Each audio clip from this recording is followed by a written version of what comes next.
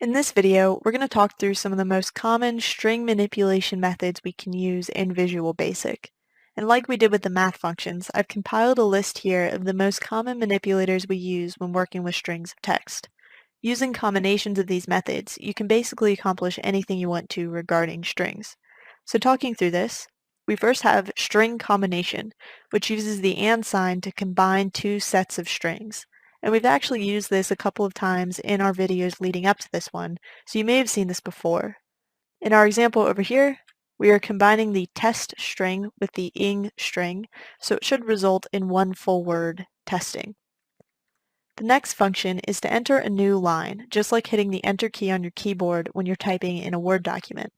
The shortcut for this code in VBA is VBCRLF, which again we have used in previous videos.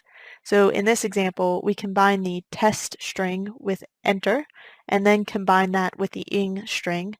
So we should see test appear on one line and the ing appear on a line underneath that. We can also easily convert strings to be uppercase or entirely lowercase. And this is really important because VBA typically pays attention to the case of a string when we're searching or replacing various strings of text within other strings of text. So these are functions you'll probably want to get good use out of. And they're both super simple, just UCase or LCase with the text that you want to convert. The reverse function is pretty unique, and there are limited scenarios where this would really be applicable, but VBA is capable of reversing a string and displaying those characters in reverse order, simply by using this str for string, reverse, and feed it the text that you're trying to reverse. Next, we can break out bits and pieces of the string using right, left, and mid. Right and left are both pretty simple. You feed VBA the string you want to work with, and then tell it how many characters you want to pull out of that string. So right will pull X number of characters from the right end of the string, and left will pull X number of characters from the left side of the string. Mid is a little bit more complicated. It pulls straight out of the middle of the string, so we have to specify which character we want to start pulling from and then how many characters we want to end up pulling. So in this example, we're starting from the second character, the E, and then pulling 4 characters total, so ESTI. A little bit simpler, we can also use the len function for length to find the total number of characters in a string. So when you're doing some data manipulation and you're trying to pull out a particular code or something from the middle of a long string, these 4 functions are going to be super helpful. If you have data that has a lot of spaces in it, a bunch of leading or trailing spaces, we can use trim functions to eliminate those. Ltrim will eliminate the spaces on the left, the leading spaces, and rtrim will eliminate the spaces on the right, the trailing spaces. Plain trim will do both. Last but not least, we can search for strings within strings, and we can replace strings within strings. And this is where the case of the string comes into play, like I mentioned earlier. It's best to make sure your strings match case, being upper or lowercase, because in the inString function here, for example, we wouldn't find the lowercase letter t in the uppercase string testing. So inString, which is denoted by INSTR for inString, starts with an input of a start number, which tells the VBA code where to start searching the string. In this case, we told it 1, which means start looking at the beginning of our string with that very first capital T right there. The next input is the search string. It's what you're searching within. So in our case, we're searching within the testing string. And the last input is what you're searching for. What is the substring that you want to find? And in this case, it is capital T.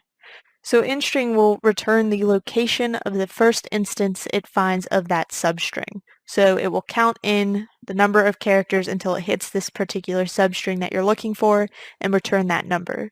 If it returns 0, it means that substring wasn't found. InString reverse, which is INSTRREV for InString reverse, is really similar, but it operates in the reverse direction, so it doesn't require a starting place. It will search from the end of the string towards the beginning. So in this example, it will start with the G in testing and search backwards for the first T it encounters. So even though these inString and inString rev examples are both using the same string and substring, they will return different results, and we'll see that in a second here. You can also just straight replace strings within strings, as shown with the replace function we have here.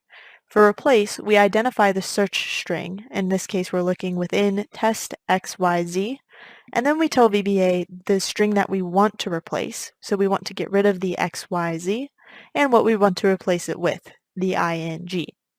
So I've gone ahead and I've typed all of this into VBA as an example, so we'll go ahead and go to the Developer tab, open up Visual Basic, and we can see the example here.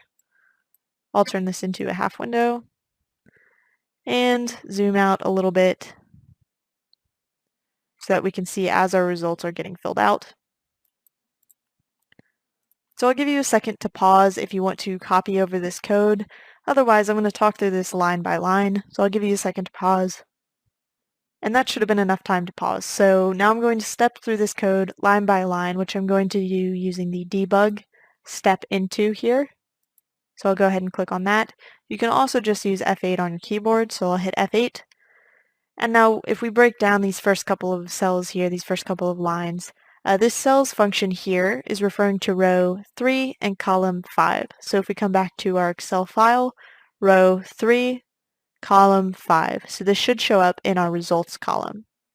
Now in this case, we're just combining two strings of text. We're combining the test and the ing. So we'll hit F8. And we can see that those two strings of text were combined. So now we have one full word, testing. The next thing we do is test out this VBCRLF, which should represent a new line, like hitting enter on your keyboard. So we'll hit F8, and we can see that's shown up how we expect. We have this test on the first line like we do here, then we combined that with a new line and combined that with this ing text on the tail end. So that's how it shows up here. Next, we're going to take this lowercase testing and we're going to turn it into an uppercase word. So we'll hit F8. And we can see we have an uppercase result here. We'll reverse that logic. We'll start with uppercase and move to lowercase. Hit F8. And we can see now we've got all lowercase. So again, these are going to become very important when we're dealing with in-string and replace down here. You can go ahead and change them to be all uppercase or all lowercase to match whatever you're searching for. Now in this case, we should see the word testing get reversed. So we'll hit F8. And we can see it just straight reversed all the characters in that string. So again, limited application, but it is there if you ever do encounter a need for it. So on this particular line of code, we're trying to pull the left 4 characters from this testing string, denoted by the left, and we selected 4 characters over here. So we would expect that this would show TEST, so just the word test. We'll hit F8 to test that out, and it looks like that's what we got. We're reversing that logic a little bit on this line, and we're pulling 4 characters again from the string testing, but this time we're pulling from the right of the string. So we'll hit F8, and we can see we ended up with the further right characters, the 4 rightmost characters. Now this one gets a little more complicated. We're looking in the middle of the string. We're starting with the second character in the string, which is the E, and we're pulling 4 characters after that. So we'll hit F8. And we can see we started with EE and we pulled a total of 4 characters, so that checks out. Now this line, we're just going to pull the length of this string of testing, so it's just going to count the number of characters that appear in this string, which is 7. Now with left trim, we would expect all of the spaces on the left side of the string to disappear, so we'll test that out. And if I click into this cell, we can see I don't have any spaces on the left side, but I do still have those spaces on the right side of my string. Now, one thing to note is that if you ever are in the middle of running your code and you come back into your worksheet here and you click into the formula bar, your code is not going to continue running if you try to continue running, and that's because you have this formula bar active. So in order to keep our code going, we need to click out of the formula bar anywhere else, and then we'll go ahead and we'll click back into our code here, and we'll hit F8 again. So now if I click on this particular cell, we can see already it's offset from what we have here, and that's because the left spaces are still there. Click out of that cell again and click back into our code here. And this is the regular trim function, so we should see both ends, both the trailing and the leading spaces get trimmed off, so we'll hit F8. And we can see here it is offset from both of these. This has trimmed both the leading and the trailing spaces. Clicking back out of that cell and back into our code. In this particular line, we've told VBA to look within this testing, which is all capitals, for a substring, in this case just the capital letter T, and we've told it to start looking in the very first character, which happens to be a T. So when we hit F8, we can see it returns 1, which means the very first T it found in this string, searching from left to right, starting with the first character, it found the substring that we were looking for. It found this T, so it returned 1. Now, with in-string reverse, it's going to start searching from the right end of the string and search towards the beginning.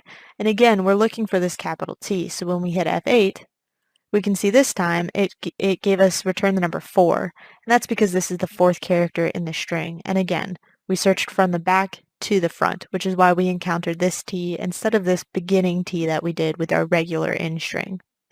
Now the last thing we're going to test out is the replace function. So we've in the replace function have provided the string, our original string that we're working with. This is the string that we're looking for, and this is what we want to replace that with. So in this case, we should see the XYZ replaced with the ING here. So we'll hit F8, and we can see that's what happened on our form. So we'll hit F8 one more time to end the sub. So in this video, we covered the most common string manipulators that you're going to use in Visual Basic, and you can pretty much use combinations of these functions to accomplish anything you need to accomplish within VBA. So now we can start to use more complex strings in our code.